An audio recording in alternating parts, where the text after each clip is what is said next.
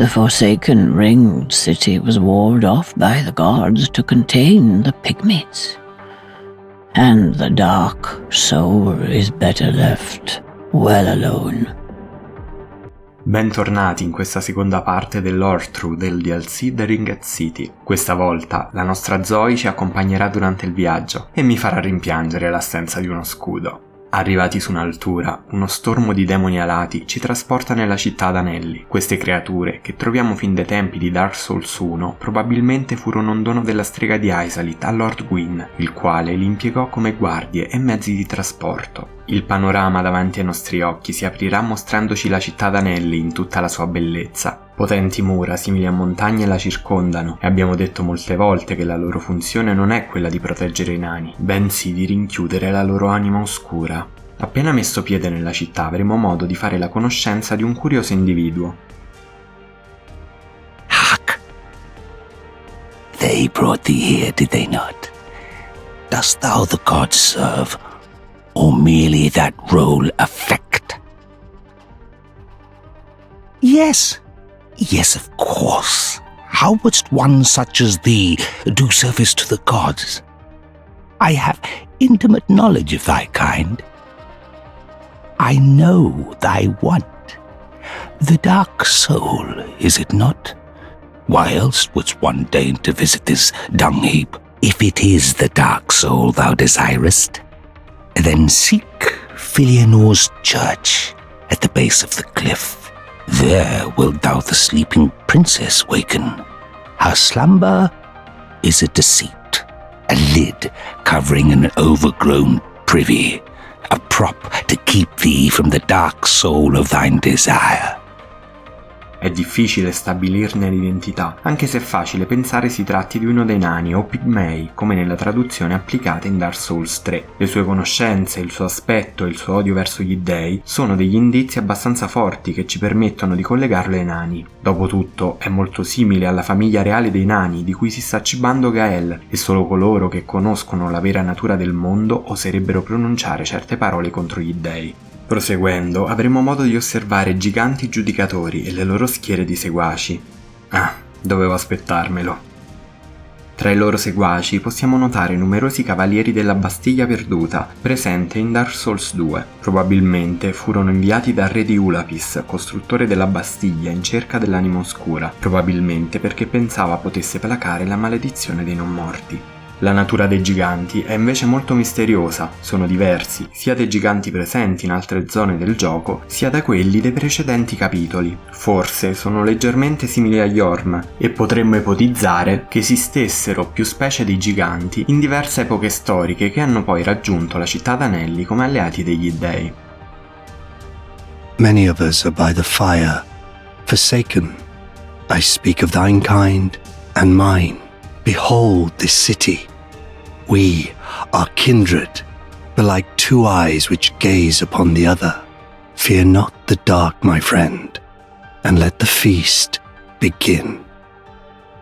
Le locuste predicatrici, con i loro sermoni, attirano gli umani nell'oscurità. In altre parole, non è una creatura di cui fidarsi, anche se i suoi dialoghi ci torneranno utili in un futuro video. Continuando il nostro percorso avremo modo di osservare delle peculiari statue dei serpenti primordiali. La testa è in linea con le nostre aspettative, mentre il corpo, coperto da scaglie, sembra essere a prima vista quello di un drago accovacciato. Questo non dovrebbe stupire se consideriamo che i serpenti sono definiti draghi imperfetti. Tuttavia, ad uno sguardo più attento, sembra che il corpo sia molto più vicino ad un grande felino come fisionomia rispetto ad un drago. Artigli e peluria mi fanno pensare ad un corpo da leone. Nella simbologia il leone rappresentava forza e coraggio, attributi ben allineati con Frampt, servitore di Lord Gwyn, al quale probabilmente queste statue si ispirano. Continuando a cercare nella mitologia per trovare una figura similare, mi sono imbattuto nel serpo pardo, incrocio tra serpente e leopardo. Nell'arte egizia sembra che tale essere rappresentasse un simbolo del caos che regnava oltre i confini dell'Egitto, quindi al faraone spettava il compito di domare questa creatura per garantire ordine e stabilità. Sotto questo punto di vista, la loro collocazione nella città d'anelli è ancora più calzante.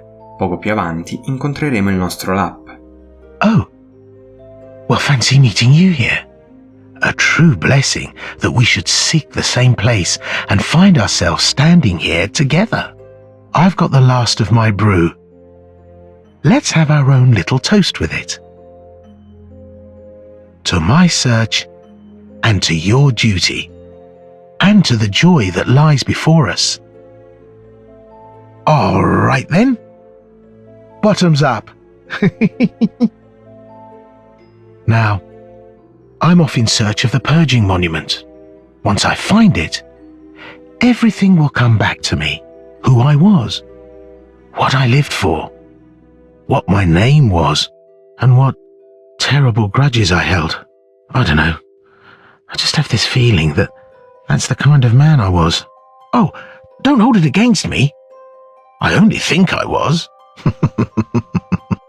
Parleremo successivamente della storia di Lapp. Per ora concentriamoci sui Cavalieri degli Anelli. Questi abili guerrieri parteciparono alla guerra contro i draghi, di cui usano le gigantesche teste come scudo. Le loro armi forgiate nell'abisso ne conservano il tremendo potere oscuro, tanto che gli dei, invece di ringraziarli per il contributo, sigillarono il loro potere con un cerchio di fuoco sul petto. Un dono, o per meglio dire una condanna gravosa che da lì in poi nani ed esseri umani avrebbero dovuto sostenere. Non mi dilungherò oltre, visto che ne abbiamo parlato abbastanza nel video Storia spiegata dei Cavalieri ad Anelli, così come non parlerò di Shira, almeno non in questo video. Nella città d'Anelli numerosi guerrieri da tutte le epoche giunsero per i più disparati motivi. Infatti tra i servitori dei giganti possiamo trovare Zulì, i cui resti si trovano in un vicolo della città. Della sua storia ne parleremo in un altro video, ma oltre a lei e Alva desidero citare anche Lido, su cui spenderò qualche parola. Questo cavaliere d'argento al servizio di Gwyn era un eccentrico giramondo, armato di un martello gigante. Le sue avventure lo portarono a socializzare con i giganti e strinse una grande amicizia con Avella Roccia. La città d'Anelli è una degna meta finale per le sue avventure, così come per quelle dell'armatura da ammazzadraghi. Questo nemico era il boss che abbiamo combattuto nel castello di Lothric. L'armatura, dopo essere stata posseduta da una farfalla pellegrina, è stata lasciata arrugginire nel castello, fino a quando non è scivolata in una palude abissale, dove è stata di nuovo posseduta dal ricordo della caccia. Non sappiamo come sia finita in questo punto, ma visto che il castello di Lothric è finito nel cumulo di rifiuti, possiamo ipotizzare che l'armatura sia entrata in contatto con l'abisso in questa occasione. La palude abissale sta pian piano inghiottendo e corrompendo ogni cosa nella città d'Anelli, tanto che le gemme vacue crescono su ogni superficie. Tra coloro che stanno cadendo nel baratro c'è il buon vecchio Lapp che inizia a dare qualche segno di squilibrio.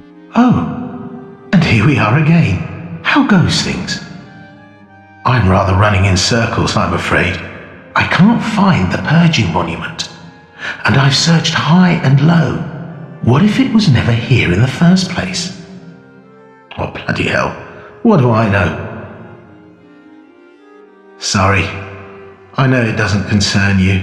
Seeing you all good and well, I just sort of spilled my guts to you. Just forget it all. Like a good hollow would.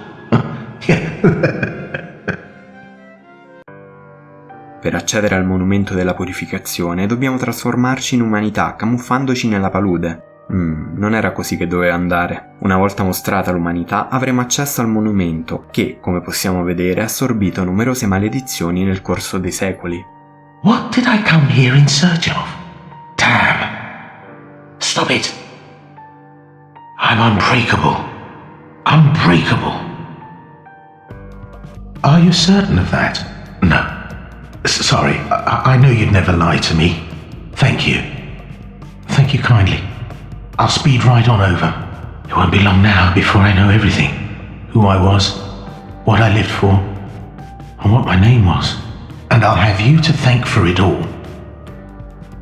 Avremo modo di concludere la storia di Lapp più avanti, dopo aver superato Midir, discendente degli arcidraghi e custode della città d'Anelli. Il compito di Midir è quello di combattere l'oscurità ovunque si presenti, ma sembra che nel tempo sia caduto vittima dell'oscurità stessa. Parleremo approfonditamente di Midir nel prossimo video. Per ora torniamo a Lapp, che ci attende con una posa inconfondibile nella fossa comune. Oh, finally, you've come.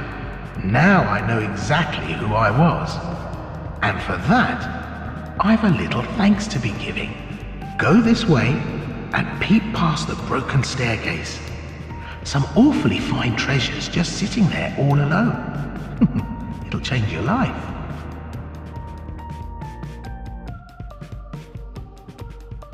Every age, it seems, is tainted by the greed of men. Rubbish to one such as I, devoid of all worldly wants.